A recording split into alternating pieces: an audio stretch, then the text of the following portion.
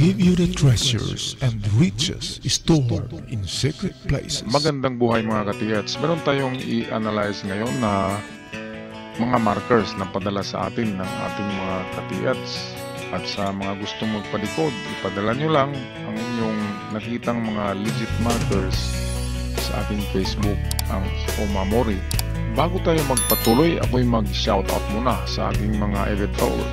Alright, shoutout kay Edgar Cuervo, kay Risa Atienza Lito Taburada, Joseph Butlig Sibilia, shoutout din kay Edgar Lagarto, Rachel Palomar, Darwin Pingot, John Michael Samurai, Joselito Romero, kay user TT5, shoutout kay Vermilin Nirosa, Rogelio Cortez, Ador Adventure, at kay Brian Mainobas, Romel Sorgon, and lastly kay Hiro Mendoza. At sa mga hindi nabanggit na pangalan, shoutout sa lahat. Tayo na ngayon magpatuloy. Okay mga katiyats, meron tayong i-decode ngayon. Ito'y mabilis lamang para sa ating katiyats. Ito yung kanyang tagpuang marker sa kabundukan.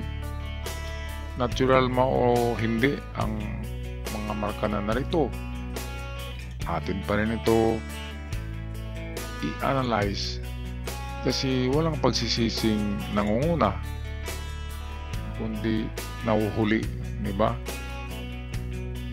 Yung iba sasabihin kagad na nature ang isang ito, and then pabayaan mo, and then paglipas ng ilang buwan ay mayroong makakita niyan na isang magaling na hunter, at kung kanyang makuha, tayo magsisi bakit pinabayaan natin, kasi narinig nyo na may nagsasabing nature na naman yan. Okay, so meron pa tayong isa rin dito, ibang may-ari nito. Ito maganda rin yan. Okay, so ito yung side view noong itong nauna. Ito yung top view, and then ito yung side view niya. Okay, unahin muna natin sa side view. Ano bang nakita natin dito? Mayroong paulit-ulit na litrang V. Dalawa yan. And then itong dito parang nature na lang ito. Nadaanan siguro yan ng daloy ng tubig kaya nagaganyan. Itong dito ay maganda ito. Okay, ito'y mayroong diferensya tong mouse ko. Ito ganyan siya, and then may ganyan. So ano sa palagay niyo mga katiyats? Saan ba tayo pupunta diyan? Okay, ang clue ko dito ay dahil nakatagilid ang bato, nakaslant siya. Ayan, di ba? Nakaganyan yan. So, wala na tayong puntahan kundi ang papuntang baba. So, dito. Ngayon, hindi natin alam ang mga distansya niyan. Okay, dito given sa dalawang B, yan ay 5 by 5. So 10. So mayroong 10 meter man yan o yarda, puntahan natin yan at test dig tayo doon. Ito yung number 1. Ngayon ang number 2 ay tingnan kung saan tatama itong slanting. Yan, isahit nyo dito sa itaas, and then tingnan nyo kung saan tatama sa lupa ang inyong paningin at doon mag-test dig. Okay, yan din ang number 2 na paraan. At sa palagay ko itong sa slanting line ay malapit lang talaga yan sa bato. Siguro nasa 2 to 3 meters lang ang distansya galing sa dulo, galing dito sa dulo ng bato. Pero dahil merong dalawang B, kaya tayo pumunta sa 10. Okay, pero yung number 2 yan ay estimated 2 to 3 meters lamang. Itong dito. Okay, so itong ganito na parang sea yan, rock pa rin yan. Rock sign na gaganyan. So nagsasabi siya na there is something down under the rock. Okay, ang sea ganyan din, under the rock pa rin yan. Okay, kaya mayroong something under this rock.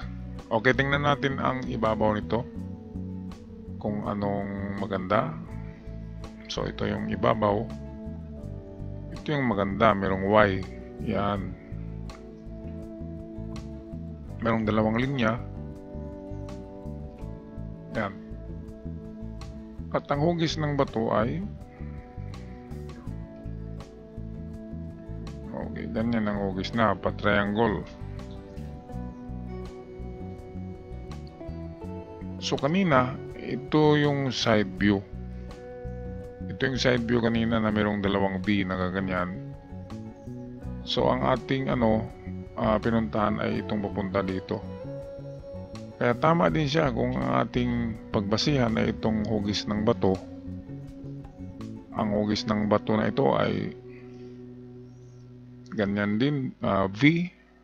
At dito sa gilid may dalawang V diyan. So pwede ngang meron ngang pala dito parang butas. So pwede ngang dyan yan. So tama yung ating unang dito, ito. Tama ito mga katits. Kasi pala itong bato ay triangular din pala itong hugis ng bato. Kaya tama tayo na dito tayo papunta. Okay, ngayon dahil sa top view ay nag-iba na naman, meron na namang isang direksyon na ibinigay. Ito yung Y. Yan. Ang Y kapag nakatayo, okay, treasure under yan. Kapag nakatagilid, katulad nito, mga ganyan, yan ay arrow. Papunta kung saan siya nakaturo. Kung nakatagilid. Ngayon ito yung sa ibabaw. At ang kanyang direksyon ay papunta rito. Ngayon sa tingin ko kapag ganyan, na ang Y ay sa ibabaw, halimbawa ito yung bato at ang Y ay nasa ibabaw, hindi naman yan side view, talagang top view yan, lalo na may bilog dito. So yan ay treasure under yan, na Y. So pwedeng dito lang siya, mahuhulog lang siya dyan, at pwedeng dito lang sa gilid maghukay. Matatawag pa rin yan na under the rock.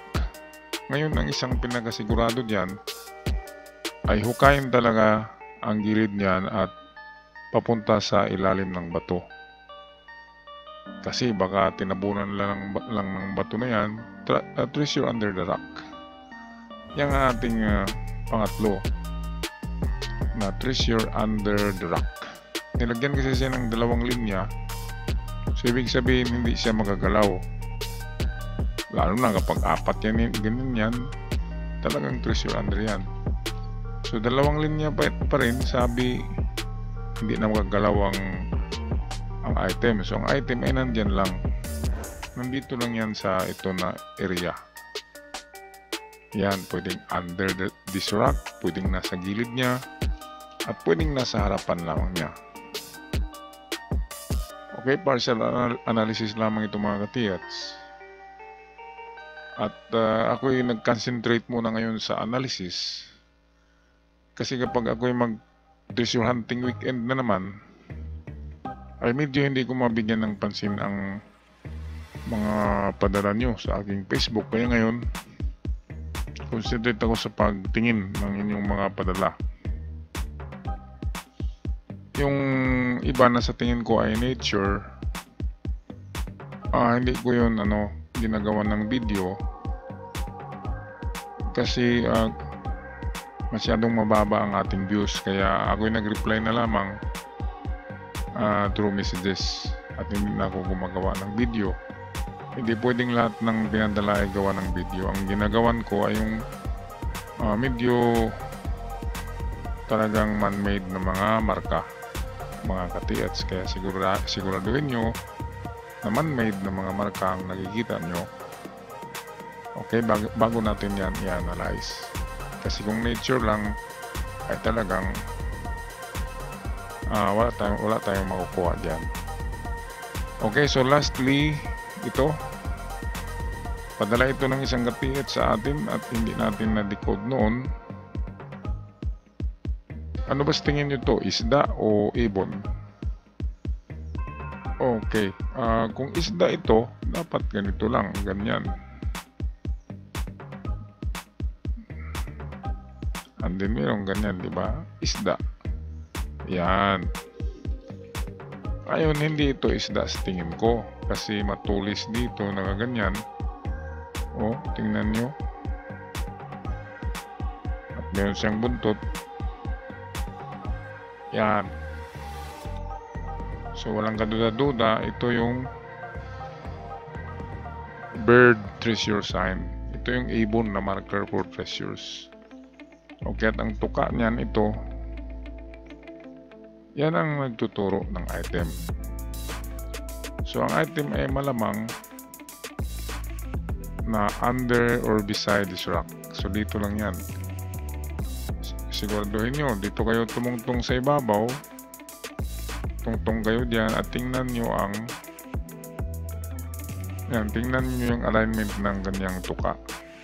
Kung saan yan nakaturo na ground dito.